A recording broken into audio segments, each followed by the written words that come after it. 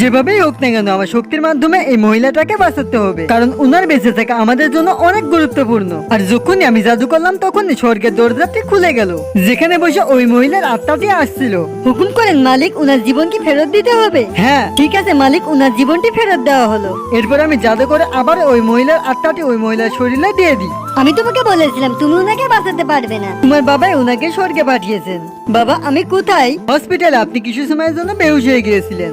এটি কিভাবে হতে পারে? তুমি উনার সঙ্গে কি করেছো? তুমি তোমার বক বক থামাও। এরপর আমি এই মেয়েটির ভূতকাল দেখে ফেলেছি। এই মেয়েটি নিজেই এই মহিলার অক্সিজেন মাস্ক খুলে দিয়েছিল। আর এটা কিভাবে হতে পারে? উনার শরীরে যে রোগ ছিল ওটা কিভাবে গায়েব হতে পারে? এই মেশিনে চেক করতে হবে। আমার বিশ্বাস হচ্ছে না এই মহিলাটি বেঁচে আছে। বিশ্বাস হচ্ছে না এই ছেলেটি এই মহিলাটিকে একদম সুস্থ করে দিয়েছে। এই মেশিনটি একদম ঠিক দেখাচ্ছে এই মহিলাটি বেঁচে আছে আর উনার শরীরে একদম সুস্থ। অনেক হয়েছে, তোমার বক বক থামাও। বন্ধুরা, নেক্সট পার্টি কি হয় সেটি দেখতে দ্রুত চ্যানেলটিকে সাবস্ক্রাইব করে দাও, এবং তুমি কি ভূত দেখে ভয় পাও সেটি অবশ্যই কমেন্ট করে বলবে।